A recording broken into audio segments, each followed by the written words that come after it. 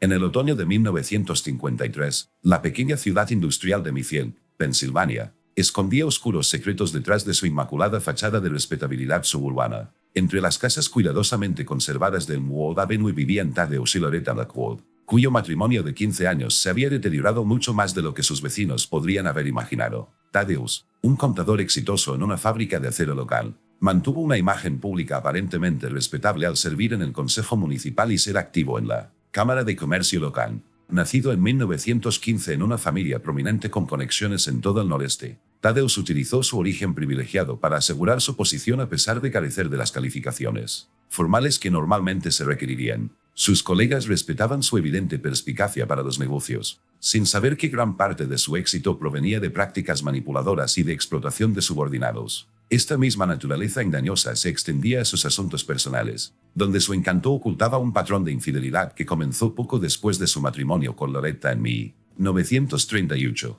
Loretta Craten Blackwood, de una modesta familia de agricultores del oeste de Pensilvania, se mudó a Mayfield para buscar trabajo después de graduarse de la escuela de secretariado. Conoció a Thaddeus en un evento de la empresa donde trabajaba como coordinadora asistente de eventos. Su noviazgo fue breve e intenso, y culminó en un matrimonio apresurado que coincidió con la recuperación económica anterior a la Segunda Guerra Mundial. Los primeros años de su matrimonio coincidieron con la misión militar de Thaddeus, que lo mantuvo en Estados Unidos pero a menudo lejos de casa. Durante estas ausencias, Loretta se ocupaba de las tareas de la casa y trabajaba a tiempo parcial en la biblioteca local, desarrollando habilidades que más tarde resultarían fundamentales para su independencia financiera. Después del regreso de Thaddeus a la vida civil, el patrón de su relación quedó firmemente establecido. Él persiguió persistentemente el avance profesional mientras mantenía una serie de aventuras extramatrimoniales, mientras que Loretta se retiraba gradualmente de la vida con silenciosa resignación. A principios de la década de 1950, Thaddeus ya no se molestaba en ocultar sus infidelidades. Regresó a casa con pruebas claras de sus encuentros,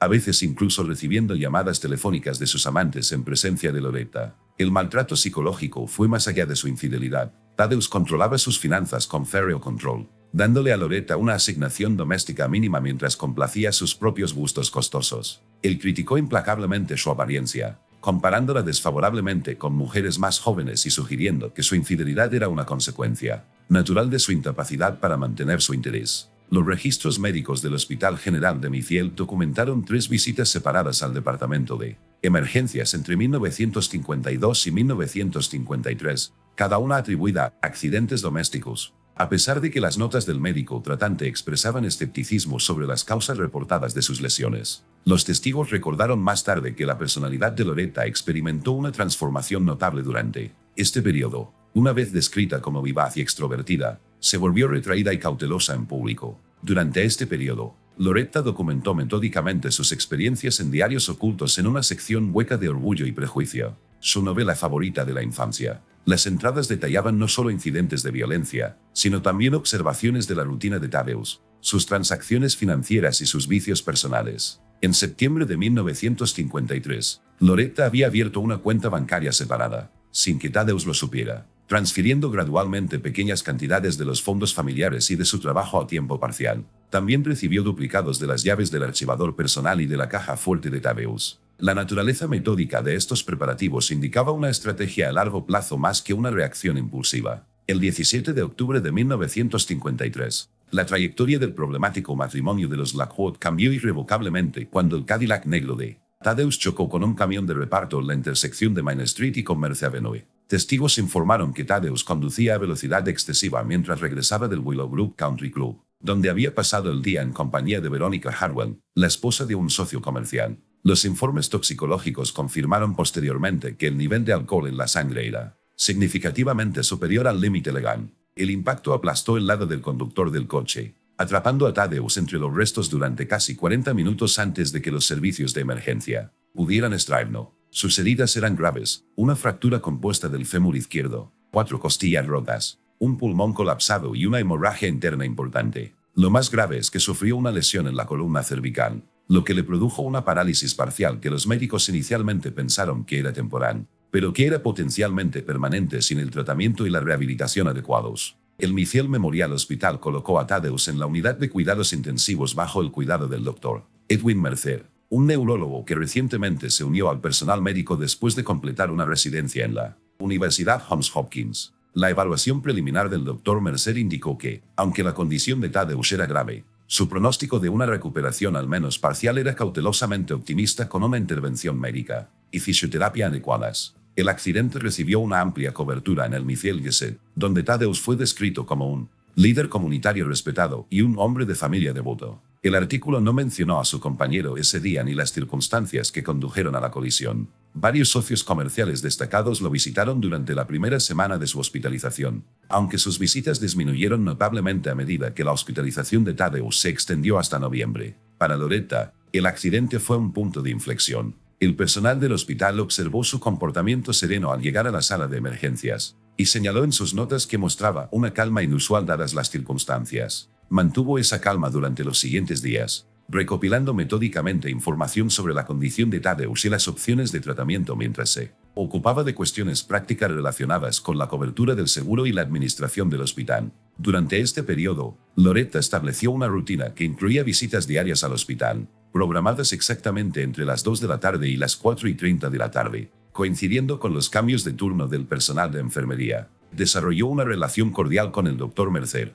expresando una preocupación apropiada por el cuidado de su esposo mientras demostraba una comprensión inusualmente detallada de la terminología y los procedimientos médicos. El Dr. Mercer posteriormente describió estas interacciones como intelectualmente fascinantes y señaló que se sentía inusualmente sincero sobre los detalles del tratamiento. 3 semanas después de la hospitalización de Tadeusz, su condición se había estabilizado lo suficiente como para comenzar a discutir sobre sus requisitos de atención a largo plazo. La documentación del seguro presentada durante este periodo mostró que Tadeusz solo mantenía una cobertura mínima, con limitaciones significativas en los servicios de rehabilitación y el equipo médico. A medida que se desarrollaban estas discusiones, Loretta tomó varias medidas que al principio parecían mundanas, pero que luego adquirieron un significado diferente. Consolidó las cuentas del hogar, se comunicó con el empleador de Tadeusz sobre los beneficios por discapacidad y consultó con un abogado especializado en planificación patrimonial. Cabe destacar que Loretta programó varias citas presenciales con el Dr. Mercer fuera del horario habitual del hospital. Estas reuniones tuvieron lugar en un pequeño café a 3 cuadras del hospital. A mediados de noviembre, la condición de Tadeusz empeoró repentinamente. Los registros hospitalarios muestran complicaciones respiratorias crecientes, fluctuaciones inexplicables de la presión arterial y síntomas neurológicos incompatibles con su diagnóstico original. Los registros de enfermería indican que estos cambios a menudo ocurrieron en las horas de la tarde después de las visitas de Loretta. La primera semana de diciembre de 1953 marcó un punto de inflexión crítico en lo que eventualmente se convirtió en el caso Commonwealth v. Blackwell. Los registros hospitalarios documentaron un rápido deterioro del estado de Tadeusz Blackwell, caracterizado por insuficiencia respiratoria, arritmia cardíaca y periodos de pérdida de conciencia inexplicable. Las notas del Dr. Edwin Mercer indicaban una creciente preocupación por estos síntomas, aunque continuaba atribuyéndolos a complicaciones causadas por la lesión original en lugar de factores externos. El 3 de diciembre, Loretta Blackwell presentó la documentación para activar la póliza de seguro de vida de Tadeusz, citando su condición terminal, a pesar de que el personal médico no designó oficialmente su estado como terminal. El agente de seguros Vernon Haskell testificó más tarde que encontró la acción prematura, pero no necesariamente sospechosa dada la evidente gravedad de la condición de Tadeusz. La póliza, que fue modificada 3 semanas antes del accidente, incluía a Loretta como la única beneficiaria de un pago de $50,000, unos $490,000 en valor actual, con una cláusula adicional que preveía daños dobles en caso de muerte accidental. Al mismo tiempo, en los registros de la farmacia se reveló un patrón de solicitudes inusuales de medicamentos aprobados por el Dr. Mercer para tratar a Tadeusz. Estas incluyeron aumentar la dosis de digoxina, un medicamento para el corazón que en altas concentraciones podría causar síntomas similares a los experimentados por Tadeusz. La farmacéutica jefe del hospital, Margaret Danafew, expresó sus preocupaciones sobre las recetas en un memorando interno, señalando que las dosis excedían los rangos terapéuticos típicos. Los registros de enfermería del turno de noche del 5 de diciembre registraron la primera instancia en la que Tadeusz intentó comunicar preocupaciones sobre su tratamiento. La enfermera Eleanor Winters documentó que el paciente se agitó después de tomar su medicamento recetado,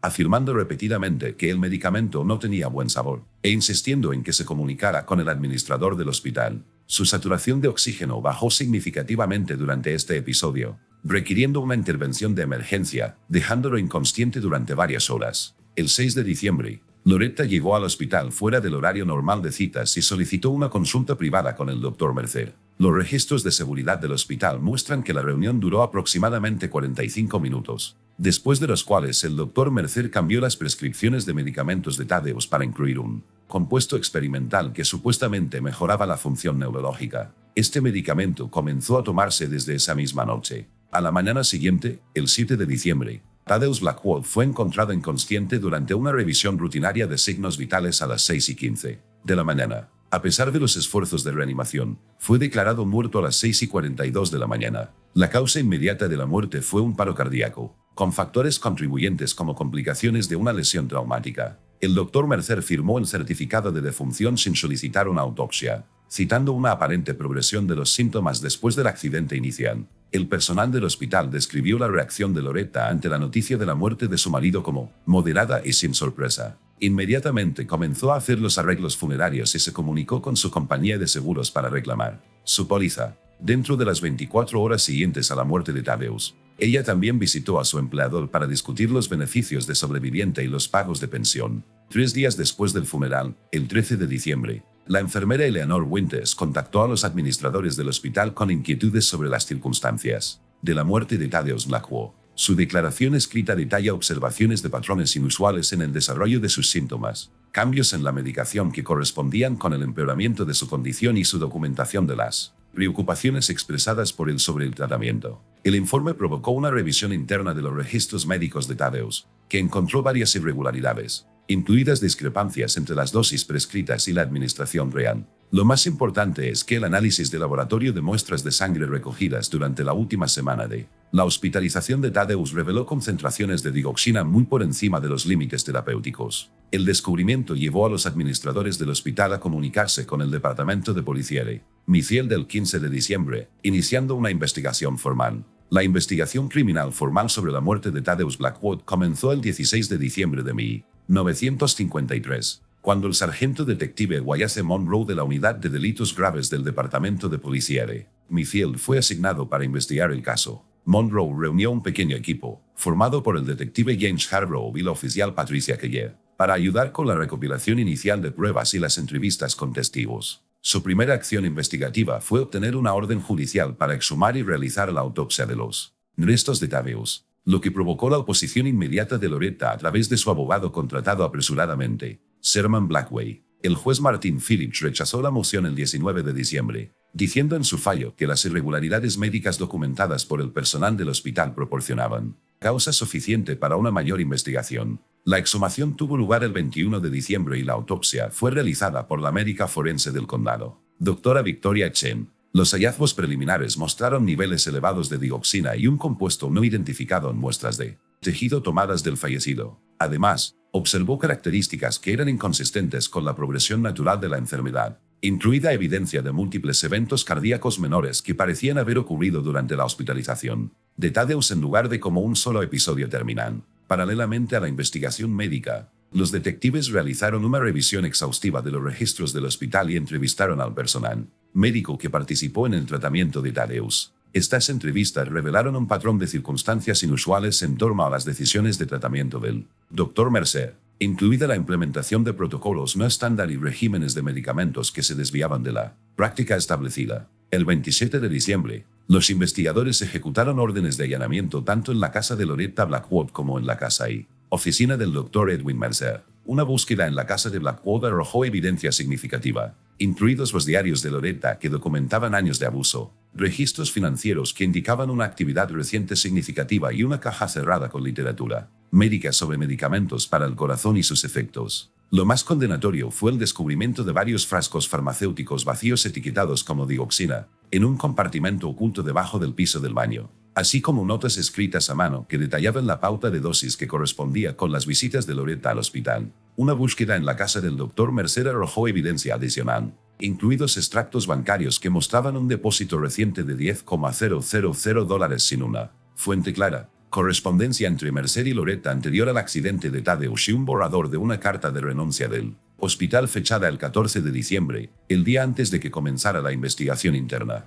En su oficina, los investigadores encontraron archivos de pacientes que no estaban incluidos en los registros oficiales del hospital, incluyendo notas detalladas sobre la condición de Thaddeus con anotaciones que sugerían ajustes deliberados de la medicación. Con base en esta evidencia, Se emitieron órdenes de arresto contra Loretta Blackwood y el Dr. Edwin Mercer el 30 de diciembre de 1953. Loretta fue detenida en su casa sin incidentes, mientras que el Dr. Mercer fue arrestado en la estación de autobuses de Mayfield, aparentemente preparándose para abandonar la ciudad. Ambos fueron acusados de asesinato en primer grado, conspiración para cometer asesinato y varios cargos menores relacionados con fraude de seguros y negligencia médica. Tras su arresto, ambos acusados fueron retenidos por separado en el centro de detención del condado de Mayfield, donde permanecieron detenidos sin derecho a fianza en espera de audiencias preliminares. Las audiencias preliminares comenzaron el 10 de enero de 1954, ante el juez Harold Mackenzie. El fiscal de distrito Robert Caldwell presentó el caso inicial de la fiscalía, centrándose en la evidencia médica de toxicidad intencional y un patrón documentado de coordinación entre los acusados. Al concluir la audiencia de 3 días, el juez Mackenzie dictaminó que había pruebas suficientes para proceder a juicio y fijó la audiencia para el 15 de marzo de 1954. Rechazó una moción para que los acusados fueran juzgados por separado, a pesar de las mociones de la defensa de separar los casos, y dictaminó que los cargos de conspiración requerían juicios conjuntos. El juicio de Commonwealth contra Blackwood y Mercer comenzó el 15 de marzo de 1954, en el juzgado del condado de Mayfield ante el juez Harold Mackenzie. El juicio generó un interés público sin precedentes. Los periódicos informaron de que multitudes se reunieron antes del amanecer para conseguir asientos en la galería. El fiscal de distrito Robert Caldwell comenzó el caso de la fiscalía presentando metódicamente pruebas que establecen una línea de tiempo de la conspiración entre Loretta Blackwood y el Dr. Edwin Mercer. Describió sus acciones como una explotación calculada de la confianza médica y las obligaciones matrimoniales, que resultó en un fin prolongado y deliberado de una vida humana motivado por la ganancia financiera y la venganza. Las estrategias de defensa de los dos acusados diferían significativamente. Sherman Blackway, en representación de Loretta, presentó un argumento centrado en la capacidad disminuida como resultado de la violencia doméstica a largo plazo, presentando diarios que documentaban el abuso de Thaddeus como evidencia de un trauma psicológico que afectó su juicio y razonamiento moral. Malcolm Preston, abogado del Dr. Mercer, adoptó una estrategia diferente y trató de caracterizar a su cliente como un actor menor manipulado por Loretta a través de una influencia calculada. La fiscalía presentó metódicamente su caso durante 17 días, presentando 68 testigos, incluidos profesionales médicos, expertos financieros y personas familiarizadas con el matrimonio Blackwood. El testimonio de la enfermera Eleanor Winters fue particularmente convincente, ya que relató instancias específicas en las que observó a Loretta cerca de la unidad de administración de medicamentos de Thaddeus, después de lo cual su condición empeoró. La doctora Victoria Chen, médica forense, proporcionó un extenso testimonio técnico que estableció que la muerte de Thaddeus fue causada por la administración deliberada de dosis tóxicas de medicamentos para el corazón, en lugar de complicaciones naturales de sus lesiones. La evidencia financiera presentada por la Fiscalía estableció motivos claros para ambos acusados. Los registros bancarios documentaron la preparación sistemática de Loretta para lograr la independencia financiera y los importantes pagos de seguro que podría recibir después de la muerte de Thaddeus. Asimismo, la evidencia de las deudas de juego del Dr. Mercer y las transacciones financieras posteriores mostraron transferencias desde cuentas controladas por Loretta por un total de $25,000 en las semanas posteriores a la muerte de Thaddeus. La defensa de Loretta Blackwood se basó en gran medida en el testimonio psicológico de la doctora Margaret Sullivan, una psiquiatra que evaluó a Loretta después de su arresto. El Dr. Sullivan testificó que Loretta exhibía síntomas consistentes con un trauma psicológico severo, resultante de un abuso prolongado, lo que potencialmente afectaba su capacidad de formar intenciones criminales o resistir la influencia coercitiva. El caso dio un giro dramático cuando,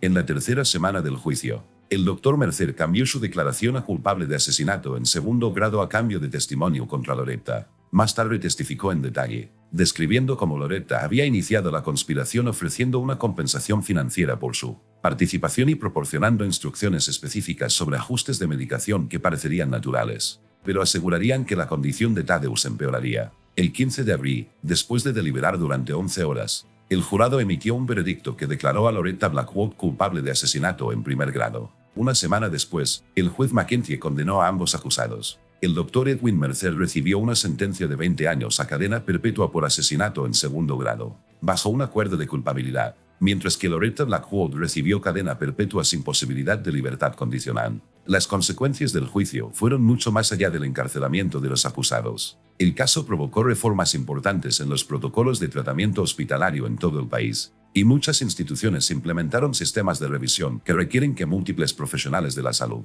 aprueben cambios importantes en el tratamiento. Quizás lo más importante es que la extensa documentación del abuso de Thaddeus contenida en los diarios de Loretta contribuyó al surgimiento de un discurso que considera la violencia doméstica como un factor atenuante en los procesos penales. Si bien esto no fue suficiente para exonerar a Loretta, los materiales se convirtieron en la base de casos posteriores en los que la evidencia de abuso prolongado fue más importante para los resultados legales. Loretta Blackwood cumplió 27 años antes de morir por causas naturales en 1981. El Dr. Edwin Mercer fue puesto en libertad condicional en 1972 después de cumplir 18 años de su condena. Los ingresos del seguro de las pólizas de Thaddeus finalmente se colocaron en un fondo fiduciario que beneficia a los servicios de violencia doméstica en el condado de Mayfield después de que un tribunal dictaminara que ni Loretta ni la familia extendida de Thaddeus deberían beneficiarse de los fondos. Commonwealth v. Blackwood sigue siendo un caso histórico en la jurisprudencia estadounidense, frecuentemente citado en la educación jurídica sobre cuestiones de conspiración,